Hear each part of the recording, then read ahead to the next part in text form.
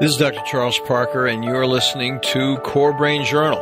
It's a place where I connect both fresh discoveries and interesting different perspectives from advanced mind science with the realities of real people and everyday life down on Main Street.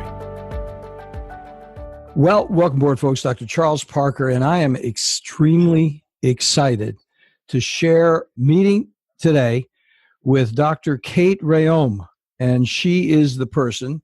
We haven't really talked about her much. I talked to her about with friends and patients, but she has written a book called Vitamin K2 and the Calcium Paradox, How a Little-Known Vitamin Could Save Your Life. She's got some groundbreaking information. It's going to be so interesting to listen to. Kate, thanks so much for coming on board. We really appreciate it. Thank you so much for having me. I'm really happy to be here. It's going to be fun. So I'm going to read a little bit from our sponsor, and then we're going to go ahead and go.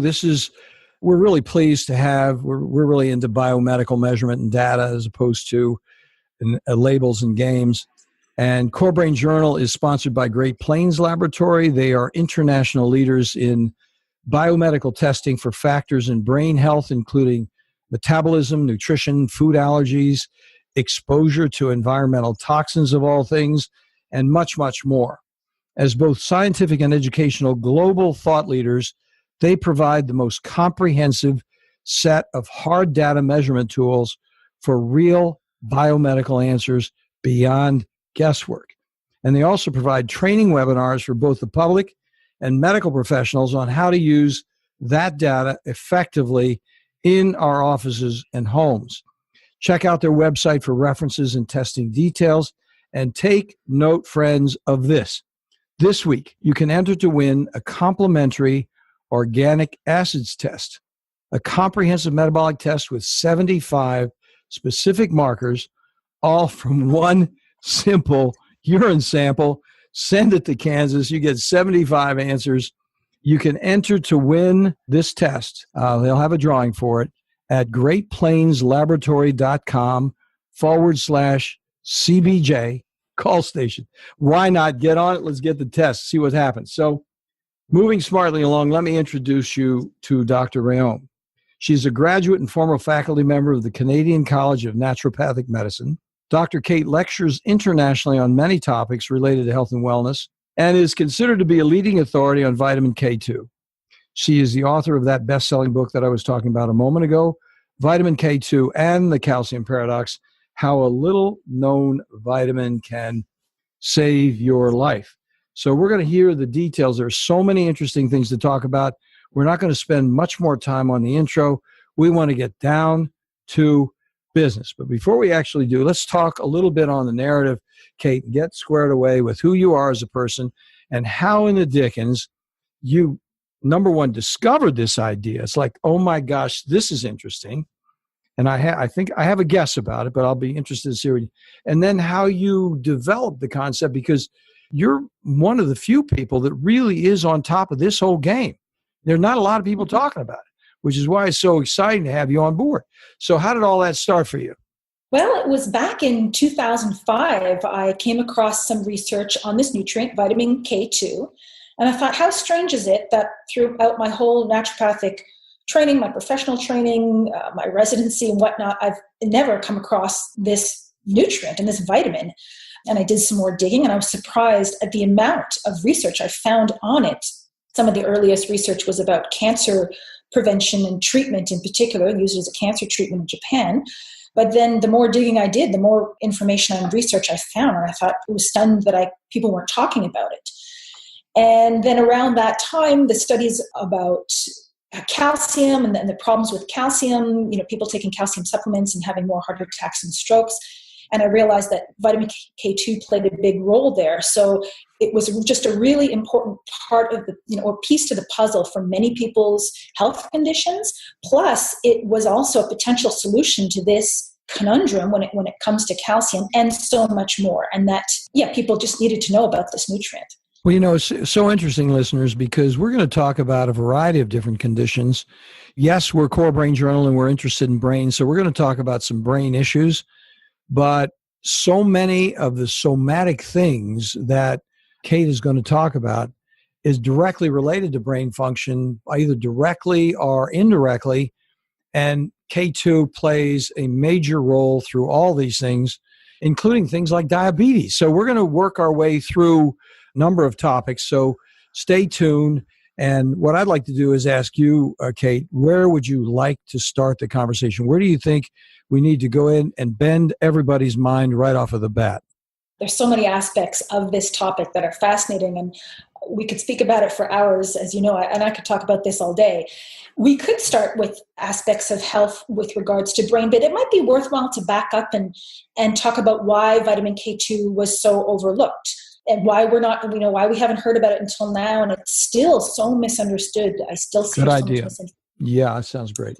So the K vitamins, it's actually a family. There is K1, K2. There are others, but really for our, for importance and for nutritional considerations, it's really just K1 and K2. And there are big differences between them. They were both discovered at the same time in the late 1920s, 1930s.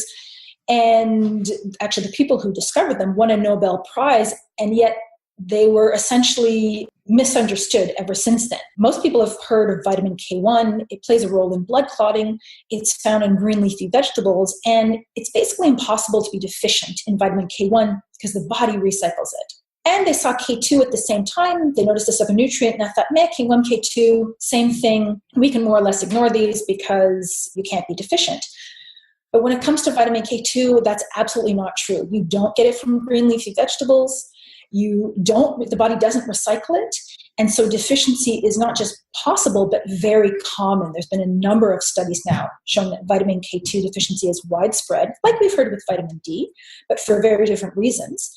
And for that reason, it remained overlooked for about 70 years after its discovery. And like I said, there's still a lot of confusion around it. That's amazing. So did you open the door with Weston Price? Is that how it happened? I was thinking it might be. So tell us about that, because a lot of our audience don't know Weston Price. They don't understand that. But I saw the pictures you had in your book. This was a really funny story. So I had read Weston Price's amazing work, Nutrition and Physical Degeneration, his seminal work. And about 6 months later was when I first started finding these articles about vitamin K2. And the more I read about vitamin K2, the more I thought, I'm sure that Weston Price spoke about that in his book. So I went back to his book and I looked through the index and I looked through every chapter and I almost reread the whole darn thing. And I was like, it's not in here. I don't get it. And it actually drove me crazy until, fortunately, put me out of my misery. A couple months after that, Chris Masterjohn wrote a brilliant article in the Wise Traditions Journal of the Weston Price Foundation linking vitamin K2 to Price's factor X. So this is this nutrient that Price discovered when he did his travels and found that people all over the world in what he called the primitives, living their traditional lifestyles, had much higher intake of nutrients in general, and especially fat-soluble nutrients, higher intakes of A, D, and this third fat-soluble vitamin that he didn't know what it was called, so he just called it X. And for a long time, there was a big debate, what is this factor X? And it turns out it's vitamin K2.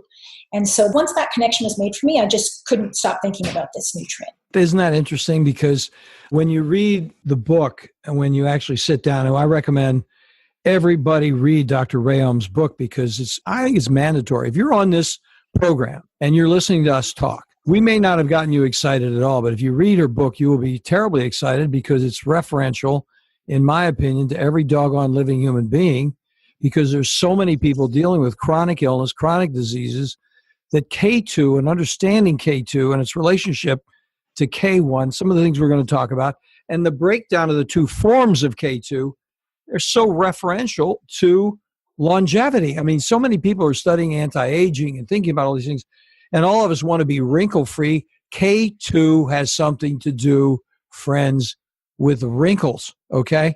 So it goes from like death and heart disease to wrinkles. I mean, it covers a very wide range of things. And you look at her book and you see teeth malformation in kids in these primitive societies. You see what's going on. So it gets pretty doggone exciting. So then you got to be interested in, now, how did you find a K2 as an innocent person? You know something about it. Now you're getting excited. Now what do you do? How did you ever find anything that had K2. What'd you do with that? Well, it took a lot of research time, a lot of digging to find more and more information. And all this while, presuming that somebody was going to start speaking about it somewhere, and nobody was. And so I thought, okay, well, I guess I'm going to have to be the one to do that. Mm-hmm. And when I realized the implications of taking calcium supplement, anybody taking vitamin D, and I would guess that most of your listeners are taking vitamin D, mm-hmm. that it's important there. Plus, anybody who has concerns around heart health, bone health, fertility, brain health, I mean, you name it. That's when I realized there was both information for medical professionals as well as lay people who are interested in their health. And yeah, it just took a lot of digging, a lot of research, which led me into research about vitamins D and A and deeper understanding there and the connection between them. And eventually, I put it together to get the information out there. Well, tell us about, I'm guessing, because I'm leading you into a little because I'm guessing. I know a little bit about it. I don't know as much as you by any means. And that's why I'm so appreciative of you coming on so I can learn something from you. But I think that Natto business is probably how you got into it, because I'm guessing. Was that true? Yes and no. I mean, I did decide to go on a hunt for natto. So for people who don't know, natto is one of the highest known foods in vitamin K2. And it's a common breakfast food in some areas of Japan. It's a fermented soybean food that is somewhat, I guess you could say, notorious, legendary. There's all sorts of interesting, you can find all sorts of interesting information about it. Some people absolutely love it and crave it, and others are challenged to eat it. I'm struggling a little bit, I have to admit.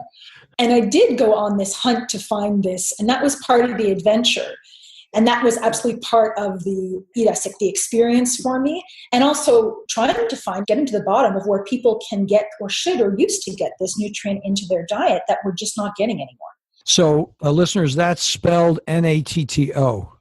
And one of the ways I got into it was I was already interested in your book and I heard about it. And I had a lawyer come in who was in the wheelchair. He'd been shot in a fight when he was a kid.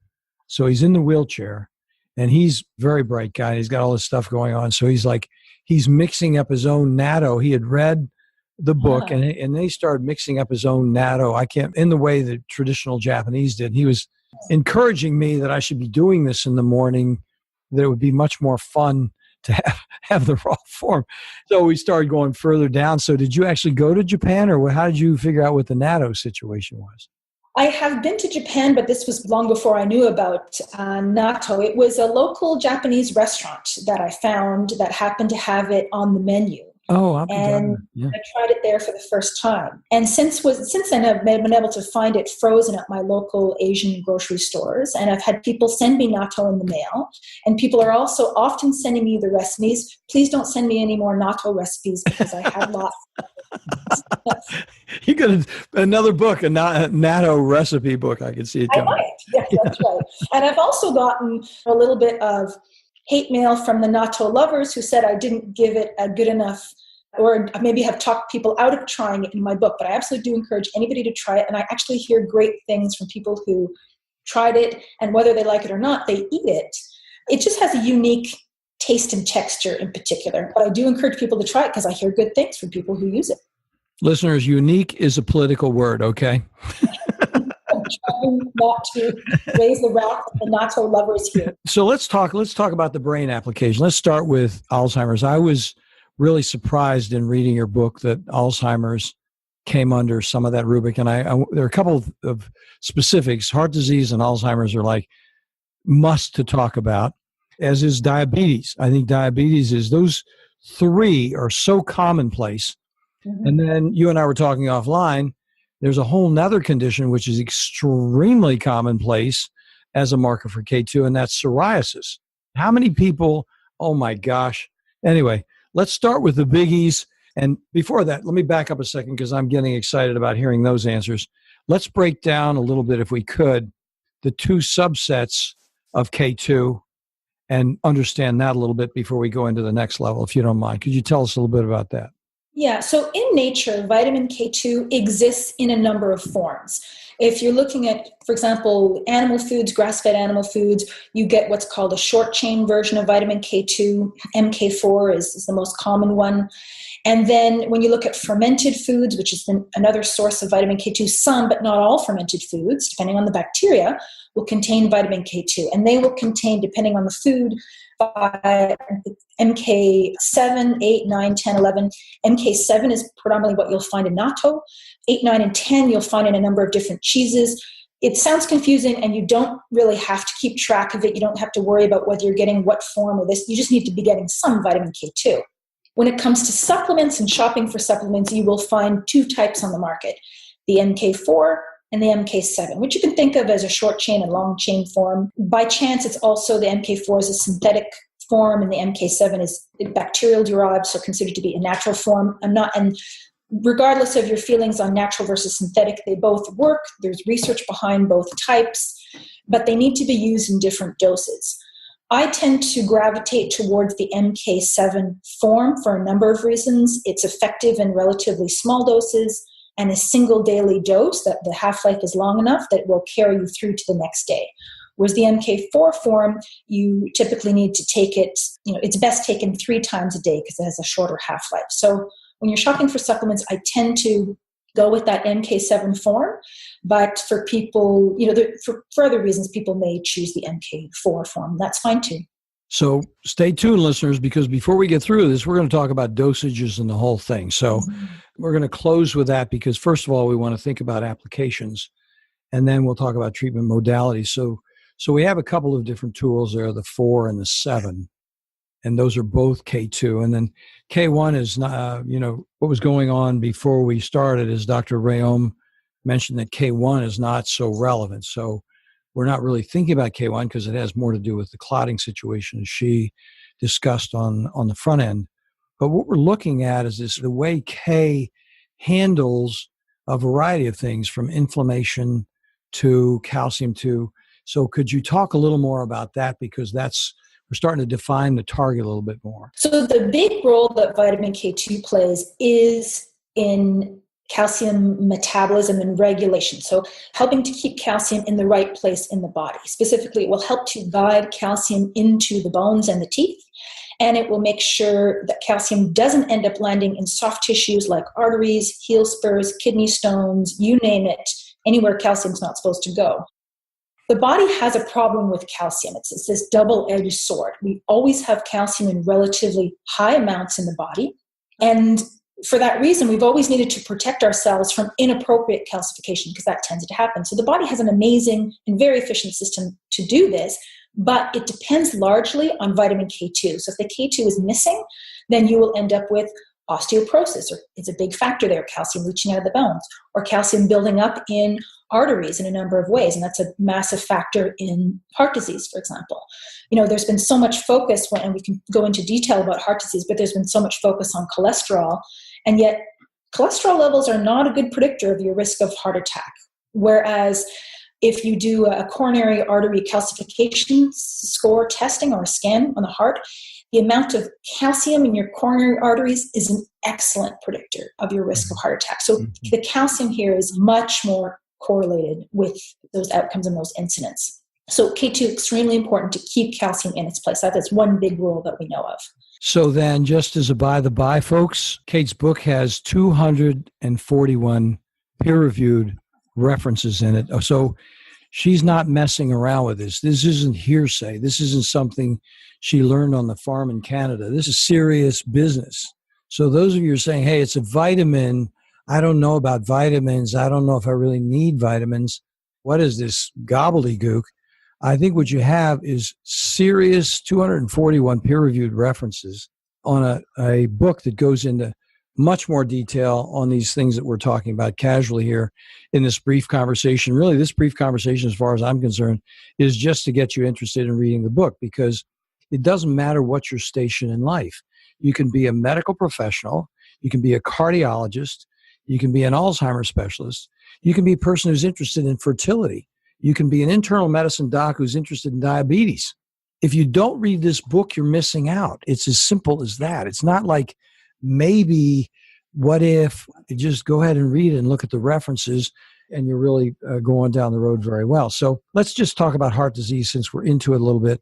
So the calcium plaquing on the vessels really can affect And you can actually, with K2 and using K2 effectively, and I want to thank you again for putting specific dosages in there. You say, look, here's how you can reduce your coronary calcification. Who else can say that? I mean, I think that's groundbreaking. It's a big deal.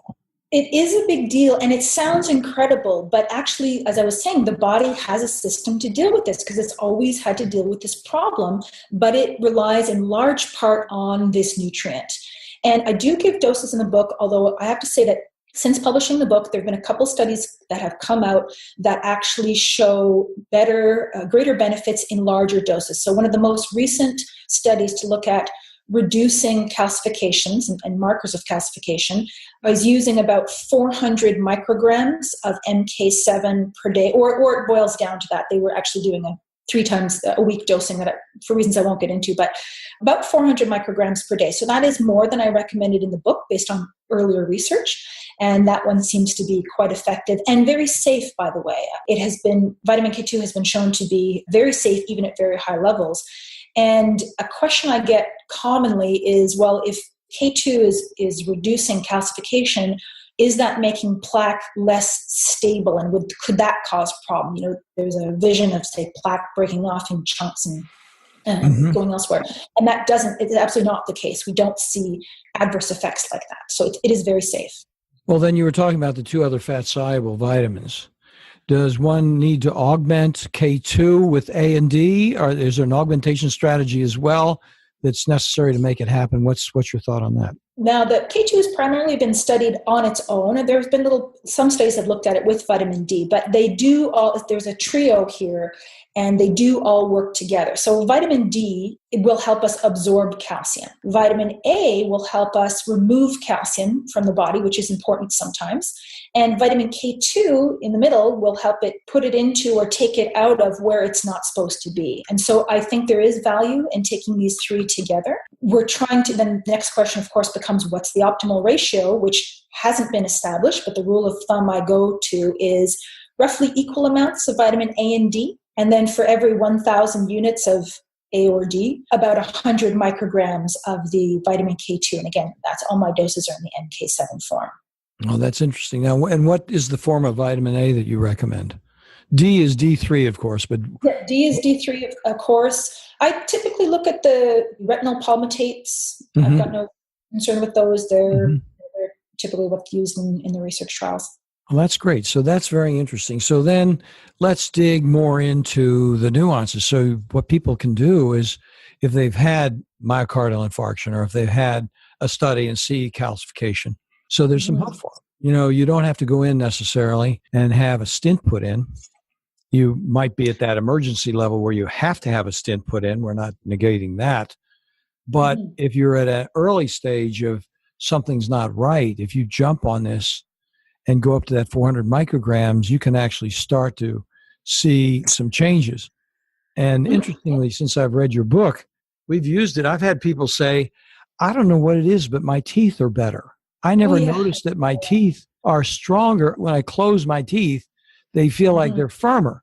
So you can actually feel it in your teeth, which was interesting to me. Yes, a lot of people comment less tooth sensitivity, which I'm convinced is now primarily a K2 deficiency issue. The plaque is not building up on the teeth as much. Yeah, the oral health is one of the few areas in the body where you actually can visually see or experience what's happening with the K2. A lot of it is, deep inside, as well as varicose veins. Please, if you have not taken K2 and you've got varicose veins, take a picture of them, because I can't tell you how many people email me saying, I wish I'd taken a picture of my varicose veins before, because they're gone now, but I can't do it. So. Isn't that amazing? The varicose veins themselves. So while we're on the subject, another burning subject for me, because I have a medical colleague that I'm working with who has a child that has a diabetic condition. So you were quite clear in the book about the stage 2 diabetes, but we're talking, and this particular person has a child with stage 1, and there's no evidence on it yet. By what you're saying, it sounds like I'm asking you to go out of the box a little bit, because it doesn't sound like there's any data on it, but do you have any anecdotal experience on that with people who've tried it for type 1? I do know an individual with type 1 diabetes who takes this on a regular basis, I can't say, I mean, he does lots of other things, so I can't say whether or not that in particular made a difference. But given the fact that it does seem to help with insulin sensitivity, that's also important even for type 1 diabetics, because they want to be able to use their injected insulin more efficiently. And for children, there are a number of studies that show that it helps with skeletal health, proper growth and development. And we know that adolescents among the most K2 deficient, because basically when the hormones kick in and the skeleton starts to grow quickly, that's a time when the body needs more K2. And so the point is that for kids of any age, diabetic or not, K2 is still a good idea, and it may very well help with that diabetes. That's very interesting. Yeah, we'll have to see. The jury's out on that, but it definitely helps with type 2.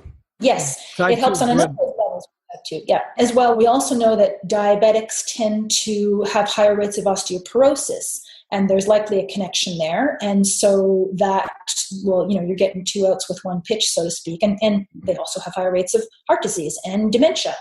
And all of these things are linked. And so K2 is part of the solution there. So in just a minute, we come back, we'll talk a little bit about Alzheimer's, because this is Core Brain Journal, and we'll hit the brain a little bit more. And there's some other very interesting ones that we want to make sure we hit on. So I'll ask you about the relationship between K2 and Alzheimer's in just a moment when we come back. Today, the world of mind science, psychiatry, and mental health is rapidly changing with innovative, comprehensive testing that takes both patients and practitioners into a new world of measured details with useful, understandable, and remarkably actionable plans. The key phrase here is cost-effective.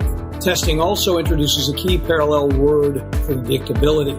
Psychiatric treatment failure, especially after multiple medications and or brief hospitalizations, arises directly from the complexity of measurable brain-body imbalances and impediments that explicitly interfere with medical outcomes and create costly difficulties with inadequately informed supplement and medication trials over time.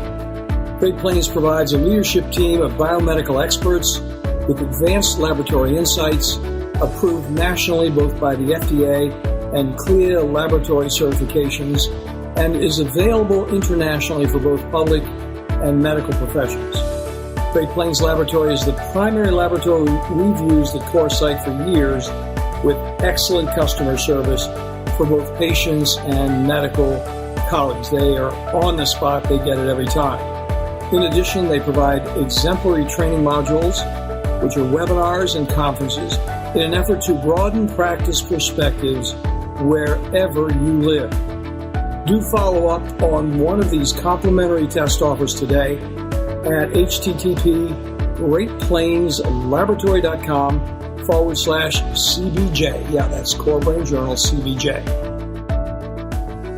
Well, Dr. Rheaume, this is so interesting. Thanks so much for joining us. I know people are excited about this conversation. So let's go on with Alzheimer's. We're running through there. Again, the book is much more comprehensive, but I think it's very worthwhile and interesting to touch upon this, because is there a more commonplace deterioration going on? I mean, we didn't talk about AED, which is even more commonplace. I won't bother you with that right now because I didn't see it in the book, to tell you the truth. There may be there and I missed it, but let's talk about Alzheimer's, because it's definitely a brain condition.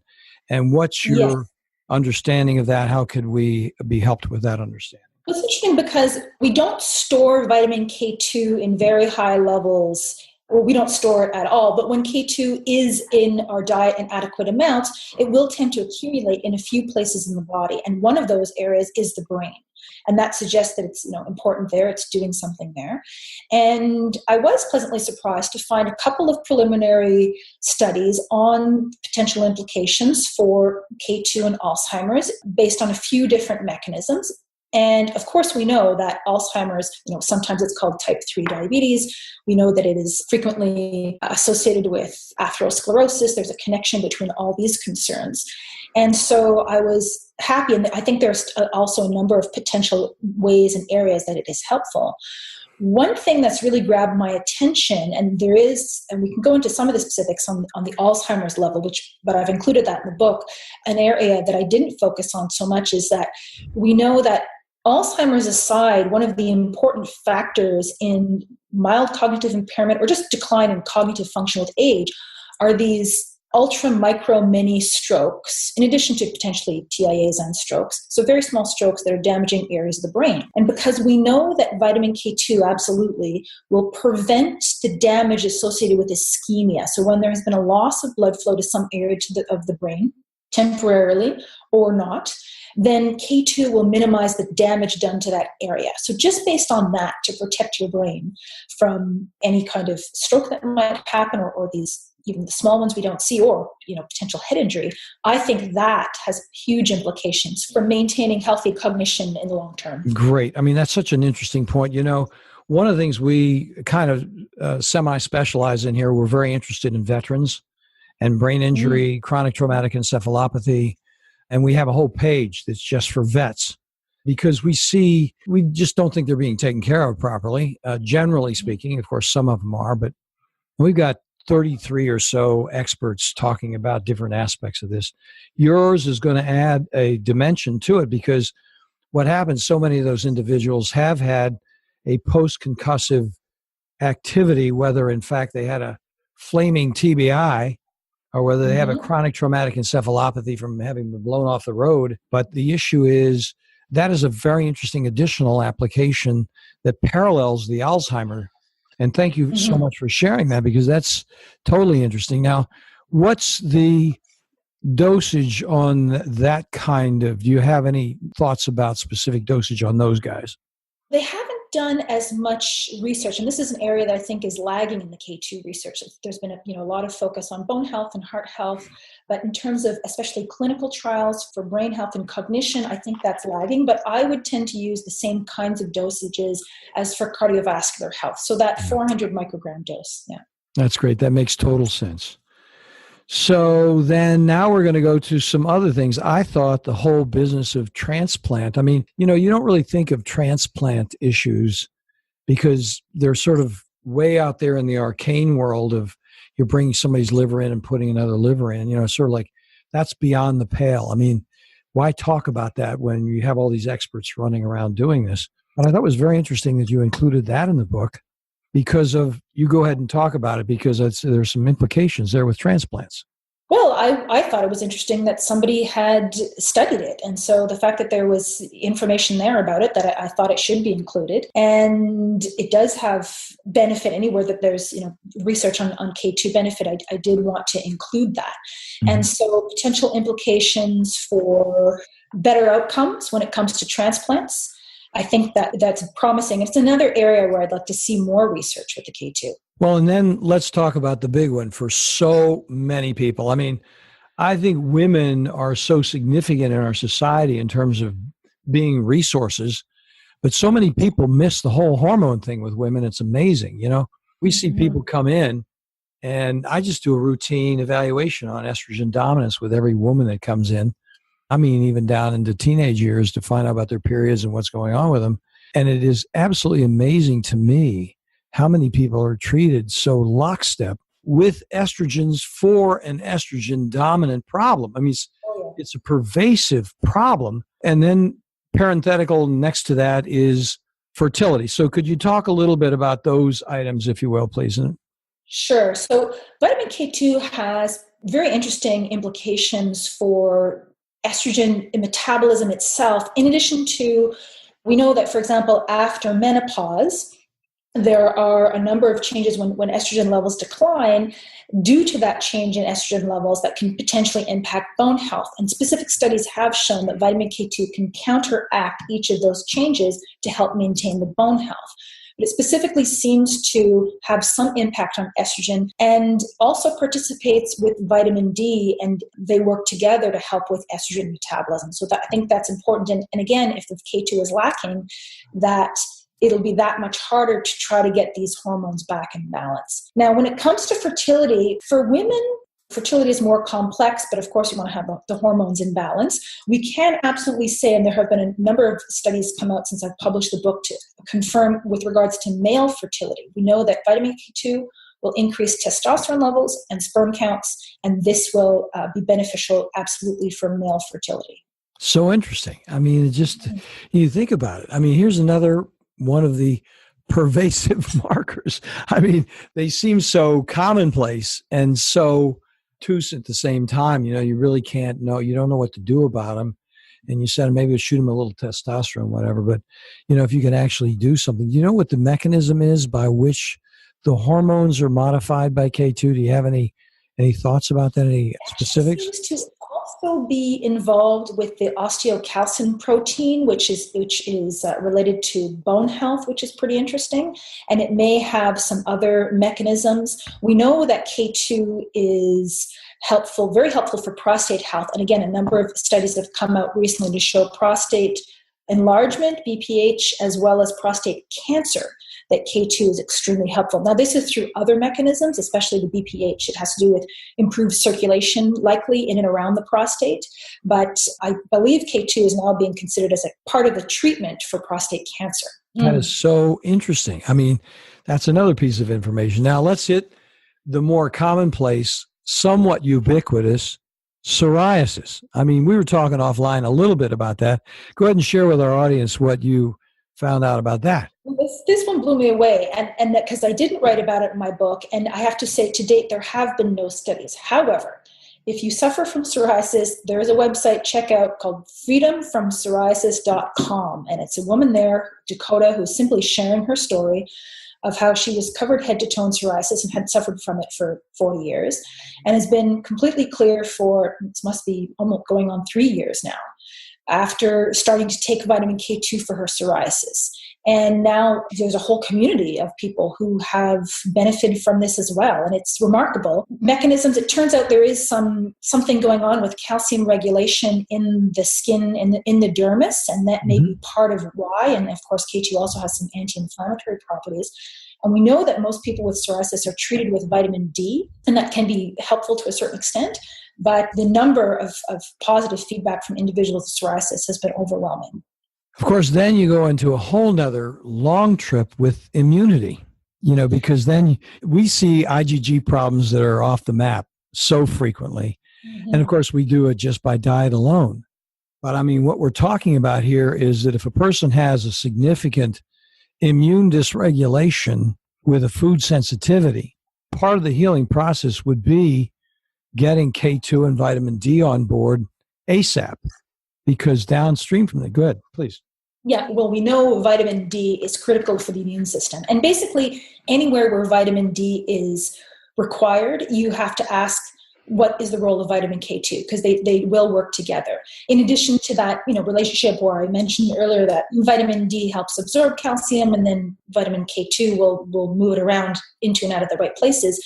There are a number of other overlaps. And essentially what happens is, and this is for any listeners who are taking vitamin D, when you take vitamin D, you increase the production of vitamin K2 dependent proteins. In other words, by taking vitamin D, you're increasing the demand in the body for vitamin K2.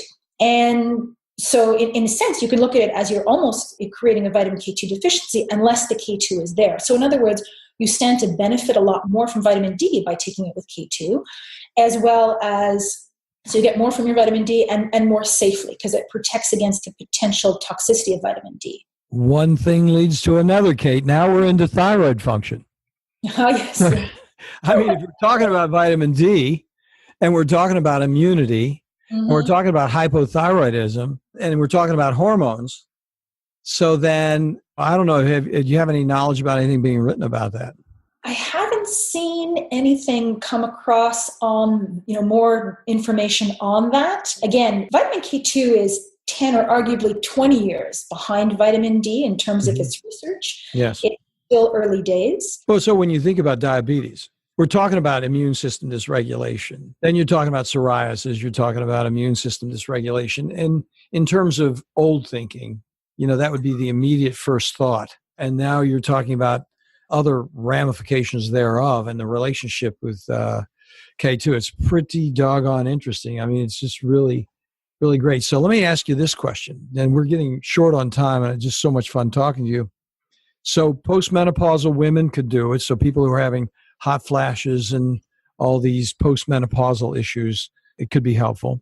And so the other thing I want to ask you about, which I didn't quite get to in your book, and it's there, I know, but I just didn't get a chance to read it, but I think our listeners are going to be interested in, and that is, how do you do testing? Could you summarize a little bit about how a person could go? Is it available at LabCorp? What does one do to really find out what the status is? Unfortunately, at this point, it's not available. It's just being used in academic and research settings. When I wrote my book, I was hoping it would be available by now. I know there is a group that's working on making that kind of test available affordably and efficiently through clinicians and through, your family doctor, that kind of thing, or even through specialized testing. There's some complexities to it, and long story short, that kind of testing isn't available yet to determine your vitamin K status. You can't measure it directly. You have to measure the number of or level of vitamin K2 proteins that are activated in the body. That's what it'll tell you. So in the meantime, we just have indirect measures like bone density, like coronary artery calcification, these kinds of things. So then a parallel question then, on a reassuring note, we know that A and D can be toxic, but your point was that K2 cannot be toxic. So it's not a fat-soluble vitamin? Well, it's interesting. It is a fat-soluble vitamin, but its mechanism is quite different. A and D affect our DNA directly, which is why, taken on their own, they are potentially toxic. Whereas K2, it doesn't work that way. For the most part, it just activates the vitamin K2 proteins that are in the circulation. So if those are all activated, it doesn't have anywhere else to go or anything bad to do, so to speak. So it's actually non-toxic. And there have been a number of studies looking at it in very, very high doses, showing that it's quite safe. Isn't that fantastic? I mean, this has been a very interesting conversation. I mean, we've covered a lot of bases in a very, very short time. And I know our listeners are grateful as I am. I mean, we've added some really interesting things. Just to summarize, if you think about Alzheimer's and traumatic brain injury, then you talk about hormones. Then we're talking about all the various immune system dysregulations from diabetes, psoriasis.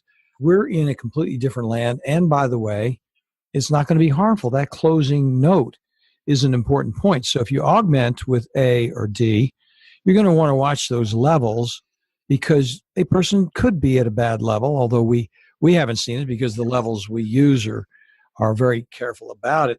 But we do monitor because we want to make sure we don't create a problem for somebody. But the idea of the safety and then the broad applications, very, very interesting and convincing. Again, listeners, I have to tell you, just have to go out and get this book, because, I mean, who is not going to be interested in this topic for themselves, and even as an anti-aging, and finally, you'll get a kick out of that. Now, we're getting away from hard science here, but I know I'm going to have some people out there that are worried about wrinkles. And I just happened to think about this as I was closing up. What's the wrinkle thing? Well, one of the factors, not the only one, but absolutely a factor in development of wrinkles, is that the elastin tissue in the skin that's supposed to keep the skin elastic and can become calcified at a microscopic level. And when that happens, it's not so elastic anymore. It's a contributing factor to fine lines and sagging skin. And because vitamin K2 removes calcification from areas that it shouldn't be, it will also do this. It does this, by the way, on the elastin in the arteries, helping to restore arterial flexibility, but it will do this in the skin too. So there is some anti-wrinkle activity. Not so germane as the really deep things we were talking about, but I thought it'd be an interesting light note to end with, just as it occurred to me. So, Kate, thank you so much for coming on board. It's been great. So this is Dr. Kate Rheaume, and she's from Canada. You might have caught the Canadian accent a little bit.